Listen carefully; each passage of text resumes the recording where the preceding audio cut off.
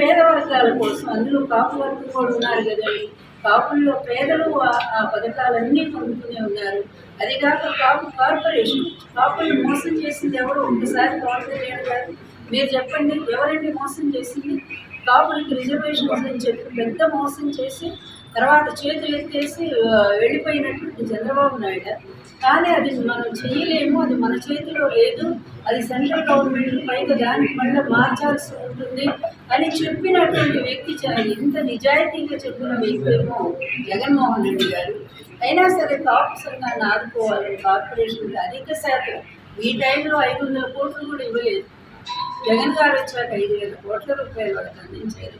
ఇప్పుడు ఇంకా పెంచారు వాళ్ళు. అలాగే కాపు మహిళలకి డబ్బు పెంచారు.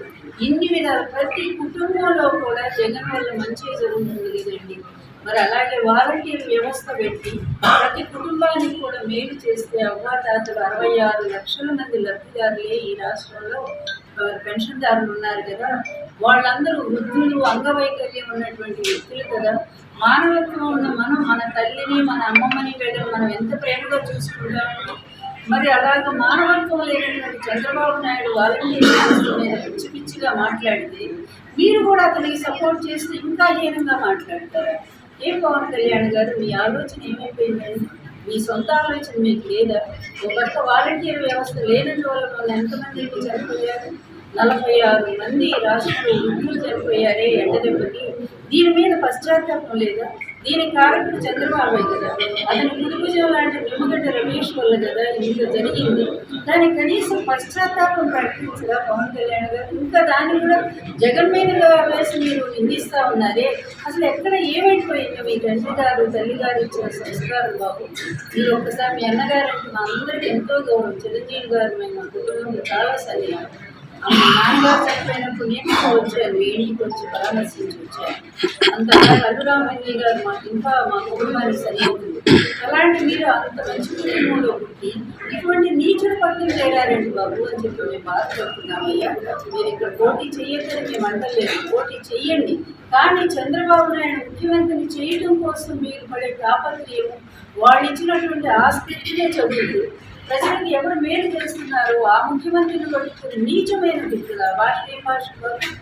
ఏ భాష చెప్పండి? ఎవరు మామూలు పల్లెటూరు వాళ్ళు కూడా అలాగే మాట్లాడాలి. ఒక ముఖ్యమంత్రి ఆ స్థానానికైనా గౌరవం ఇవ్వాలా?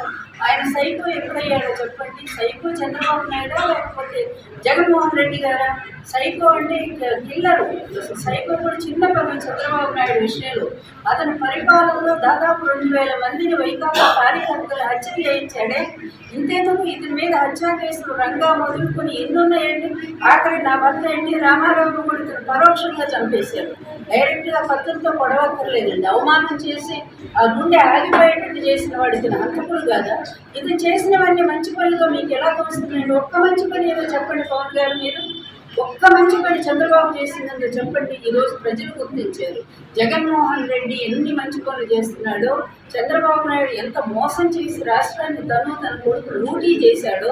అటువంటి వ్యక్తుల్ని 23 సీట్లు ఇచ్చి పక్కన ఎందుకు కూర్చోబెట్టారండి? పరిపాలన వాళ్ళనే కదా, వీళ్ళు పరిపాలన పనికిరారు అని చెప్పే కదా. అలాంటి ప్రజా అభిమానాన్ని కూడా, ప్రజల అభిమానాన్ని కూడా మీరు గుర్తించరా పవన్ కళ్యాణ్ గారు?